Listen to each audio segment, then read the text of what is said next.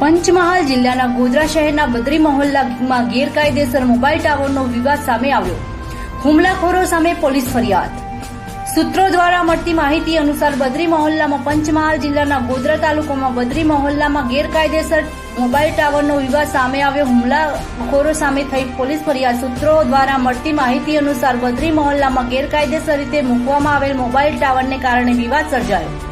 સ્થાનિક રહીશો વિરોધ વચ્ચે મહેબૂબ શબ્બીર અંધે નામના વ્યક્તિએ પોતાની નબળી બિલ્ડિંગ પર ગેરકાયદેસર રીતે મોબાઈલ ટાવરો સ્થાપિત કર્યો હોય એવો લોકોનો આક્ષેપ કરેલો છે.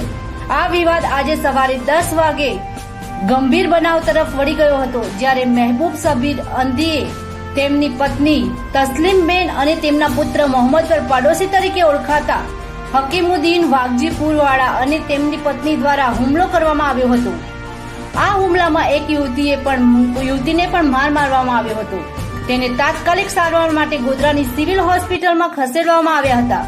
ડોક્ટરના જણાવ્યા અનુસાર યુવતીની તબિયત હાલ સ્થિર છે, જ્યારે એક વ્યક્તિ વિડીયોમાં બનાવતો હતો તેને મોબાઈલ પર ધક્કો મારવામાં આવ્યો હતો. સ્થાનિકોનો આક્ષેપ છે કે બિલ્ડિંગ નબળી હોવા છતાં મોબાઈલ ટાવર મૂકવામાં આવ્યા છે. સ્થાનિકોનો ભયનો માહોલ છે. પોલીસ ફરિયાદ નોંધી કાયદેસરની કાર્યવાહી હાથ ધરી છે. તમામ ફરિયાદી અમોને પાણીની તકલીફ હતી તે સંદર્ભે અમો જફરુલ્લા ખાન પઠાણના ઘરે પાસે આવી લાઈન ચેક કરવા માટે ખાડો ખોદવા મજૂર રાખેલ છે. તે સંદર્ભે ઉપર જણાવ્યા મુજબ આરોપીઓ આવીને ગાલી ગલોચ અને મારામારી કરી ગળદાપાટુનો માર માર્યો. મહેબૂબ શબ્બીર અંધી તથા તેમના પત્ની તસ્લીમ મહેબૂબ અંધી દ્વારા ડોક્ટર અસગરભાઈ વાઘજીપુરાવાળાને તથા તમામ ફરિયાદીઓને જાનથી મારી નાખવાની ધમકી આપેલ છે. ગેરકાયદેસર રીતે મૂકવામાં આવેલ મોબાઈલ ટાવરને કારણે વિવાદ સર્જાયો. ગોધરા શહેર.